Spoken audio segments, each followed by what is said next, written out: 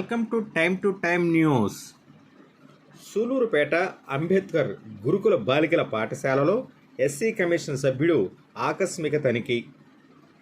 తిరుపతి జిల్లా సూలూరుపేటలోని అంబేద్కర్ గురుకుల బాలికల పాఠశాలను శనివారం రాష్ట్ర ఎస్సీ కమిషన్ సభ్యుడు శ్రీపతి బాబు ఆకస్మికంగా తనిఖీ చేశారు.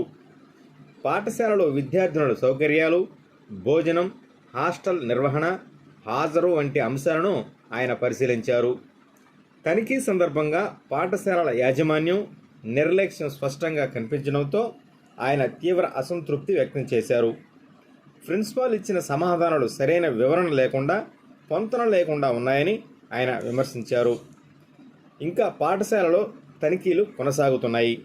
విద్యార్థినుల సమస్యలు, సౌకర్యాలపై సమగ్ర పరిశీలన కొనసాగుతోంది.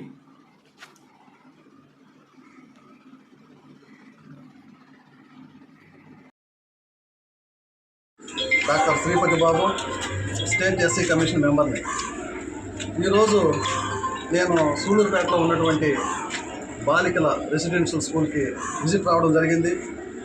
ఇక్కడ పరిస్థితులు చూస్తే చాలా దారుణంగా ఉన్నాయి.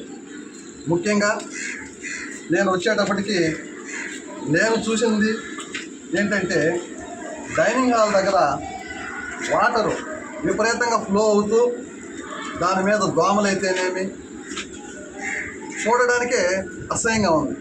అదేవిధంగా అక్కడ డస్ట్, అవి ఒక 1 వీక్ నుంచి ఆ చెత్త చెదారం అంతా కూడా ఒక డంపుగా చేరిపోయి అక్కడ కూడా చాలా ఘోరంగా ఉంది. అదేవిధంగా ముఖ్యంగా ఈ స్కూల్లో బాత్రూమ్స్ చాలా దరిద్రంగా ఉన్నాయి. ఇది పర్టికులర్గా లేడీస్ సంబంధించిన రెసిడెన్షియల్. బాత్రూమ్స్కి డోర్లు లేవు, బాత్రూమ్స్కి లైట్లు లేవు.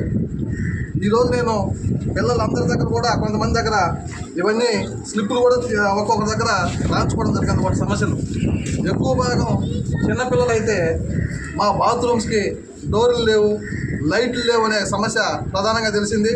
అదేవిధంగా డైనింగ్ హాల్కి వెళ్ళినప్పుడు కుక్కలు ఉన్నాయి. ఇప్పుడు ఎవరైతే పిల్లలు భోజనం చేస్తున్నారో వాళ్ళతో పాటు కుక్కలు కూడా అక్కడ సంచరిస్తున్నాయి. ఇది చాలా దారుణం.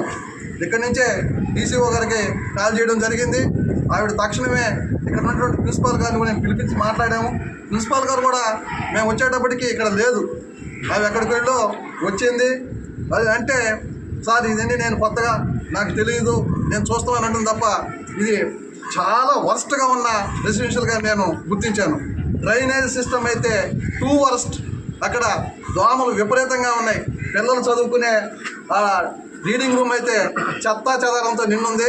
కాబట్టి ఈ మేడం గారి మీద ఇప్పుడు చెప్పాము, టైం ఇస్తున్నాము.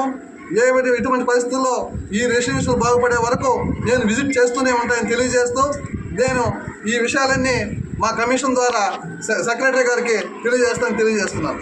సార్, ఇప్పుడు మీరు చూశారు అన్ని ఏవేవి సమస్యలు అన్నీ దృష్టికి వచ్చాయి.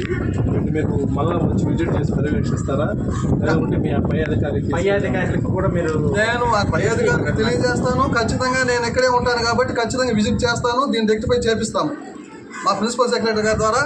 అవసరమైతే మేడం మీద యాక్షన్ తీసుకునే దాన్ని కూడా వెనకడిగమని చెప్పి తెలియజేస్తున్నాను.